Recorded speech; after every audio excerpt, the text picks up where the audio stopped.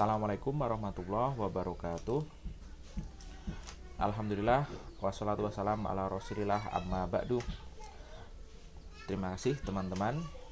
Saya akan memberikan tambahan ulasan dari apa yang telah kalian florkan kemarin tentang tantangan dakwah di wilayah masing-masing ya. Ini adalah hasil pengamatan dan analisis dari teman-teman kelas fisika A dan sistem informasi A. Ya, jadi setelah saya cermati satu persatu dan saya himpun, muara kesimpulan dari teman-teman adalah sebagai berikut. Ya, pertama, ya masih kuatnya budaya atau tradisi luhur yang tidak sesuai dengan ajaran Islam.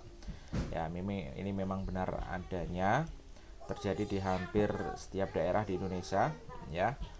Dan itu menjadi tantangan tersendiri karena ketika berdakwah akan berhadapan dengan orang-orang yang masih memegang tradisi luhur dan mereka tentu tidak akan bisa dengan mudah menerima dakwah kita.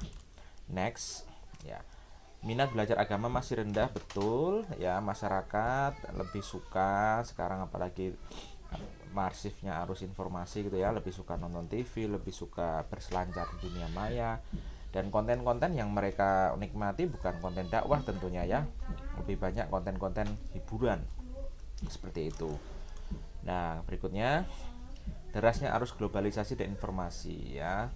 Otomatis ini ya, di era globalisasi ini kita nggak bisa bendung informasi yang masuk ke kita. Ini seperti yang saya sampaikan 2 hari yang lalu gitu ya, di video sebelumnya, bahwa ini menjadi tantangan khusus bagi kegiatan dakwah di masa sekarang.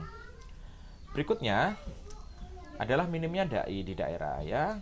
Sudah saya sebutkan juga waktu lalu, dai di Indonesia tuh minim, beda dengan di Arab Saudi, banyak dan digaji di sana. Kalau di sini enggak, di sini minim dan hidup harus cari sendiri.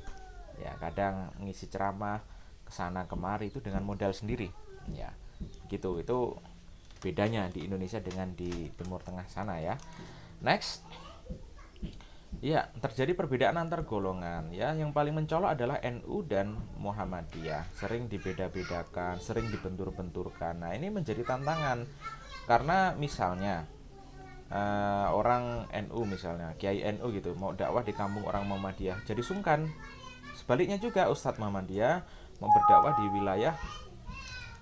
di wilayah kampung NU, itu juga merasa tidak nyaman ya, karena merasa ada perbedaan gitu ya, padahal sebelah sama, hanya oknum masyarakat itu ada yang membentur-benturkan, membeda-bedakan gitu.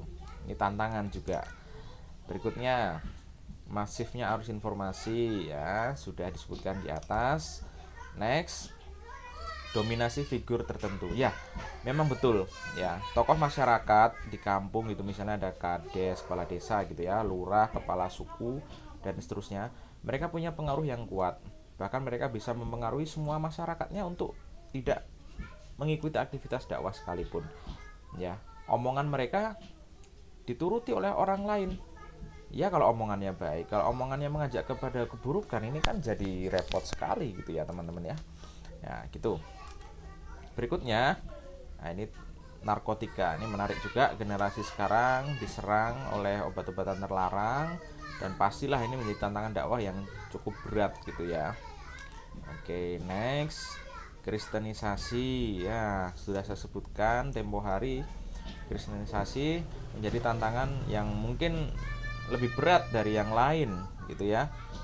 Tuh. Berikutnya, ekonomi ya, ekonomi yang masih minim ada hubungannya dengan kristenisasi. Berikutnya ada tingkat pendidikan yang masih rendah. Nah, jadi antara kristenisasi, ekonomi, dan tingkat pendidikan masih rendah itu ada hubungan, ada benang merah. Ya, sudah saya sebutkan beberapa hari yang lalu bahwa target kristenisasi di Indonesia khususnya itu menyasar masyarakat yang tinggal di daerah yang terpencil, secara ekonomi rendah itu ya, jauh dari pusat kota ya, tingkat pendidikan yang rendah, dan tentunya mereka mudah dipengaruhi ya, dikasih sembako misalnya, dikasih uang cash, dikasih pekerjaan dan sebagainya, bisa pindah satu kampung itu. Dan itu sudah ada beberapa kampung yang terjadi seperti itu, dikristenkan satu kampung bayangkan. Ya, kenapa? Karena ada hubungannya minimnya dai gitu ya, dakwah Islam tidak masuk ke sana, ya, dakwah Islam tidak menyentuh sampai ranah ekonomi, tidak menyentuh sampai sampai ke pelosok-pelosok daerah.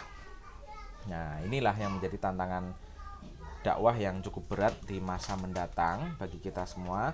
Ya, saya ucapkan sekali lagi terima kasih atas pengamatan dan analisis teman-teman semua. Mudah-mudahan ini menjadi manfaat di kemudian hari. Saya akhiri, wassalamualaikum warahmatullahi wabarakatuh.